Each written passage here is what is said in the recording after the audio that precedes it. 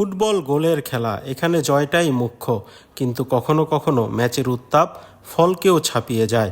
Champions লিগের Madrid derby ছিল সেরকমই এক মঞ্চ।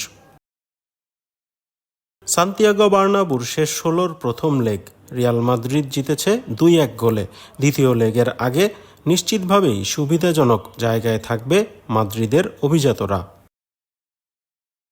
কিন্তু বার্নাব্যুর স্কোর লাইন একপাশে রেখে যদি শুধু গোলের কথা বলা যায়, তাহলে বহুদিন চোখে লেগে থাকবে গোল তিনটি। এমন উত্তেজনায় ঠাসা ম্যাচে একসঙ্গে তিনটি চোখ জুড়ানো গোল সচরাচর দেখা যায় না।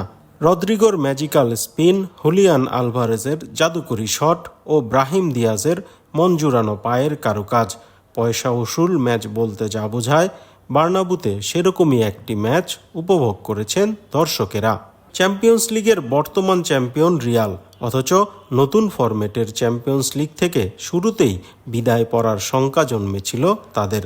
সেরা ২৪ দলের মধ্যে থাকায় খেলতে পেরেছে প্লে অফ।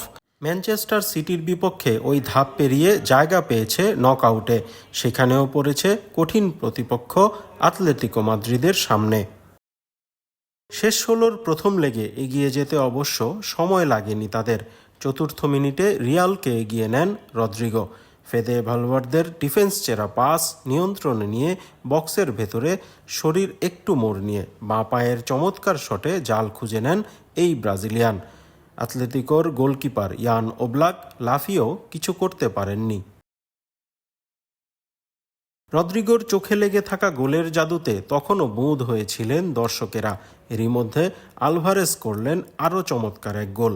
বাঁ প্রান্ত থেকে দুরূহ কোণ দিয়ে বাঁক খাওয়ানো শটে আতলেতিকোকে খেলায় ফেরান আর্জেন্টাইন ফরোয়ার্ড। ফুটবল প্রেমীদের উপভোগ্য ম্যাচের জন্য হয়তো এই দুটি গোলই যথেষ্ট ছিল, কিন্তু ব্রাহিম দিয়াসের জাদু যে তখনও বাকি।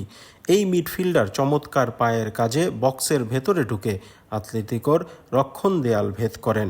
এরপর দুই ডিফেন্ডারের মাঝ দিয়ে বল নিয়ে মাটি কামড়ানো শটে করেন লক্ষ্যভেদ। বল জালে জড়াতেই বিজ্ঞাপন বোর্ড পেরিয়ে দর্শকদের মাঝে হারালেন ব্রাহিম। বুনো উল্লাসের মাঝে বছর ২৫-এর মিডফিল্ডারকে ঠিক খুঁজে পাওয়া যাচ্ছিল না। ভক্তদের সঙ্গে মিশে গেলেন সাদা জার্সিতে। এমন উল্লাস উদযাপন তো তাকেই মানায়। একটু আগেই চোখ জুড়ানো তার গোলটিতে আবারও লিড পেয়েছে রিয়াল মাদ্রিদ। শেষ পর্যন্ত ওই লিড ধরে রেখে মাদ্রিদ ডার্বির প্রথম অংশটায় এগিয়ে থাকল লস ব্লাঙ্কোসরা। ব্যবধানটা আরও বাড়িয়ে রাখতে পারত রিয়াল, যদি ইনজুরি সময়ের সুবর্ণ সুযোগ হাতছাড়া না হতো। কিলিয়ান এমবাপের ক্রস ছোট বক্সের সামনে থেকেও জালে জড়াতে পারেননি ভিনিসিয়াস জুনিয়র।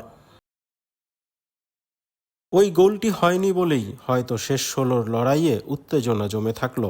ঘরের মাঠ সান্তিয়াগো বার্নাব্যুর জয় রিয়ালকে এগিয়ে রাখলো ঠিকই, তবে লড়াই থেকে ছিটকে যায়নি আতলেতিকো, বরং ফিরতি লেগে আরও জমজমাট লড়াইয়ের আভাস দিয়ে রাখল। কারণ পিছিয়ে থাকা আতলেতিকো খেলতে নামবে ঘরের মাঠ ওয়ান্দা মেট্রোপলিতানোয়।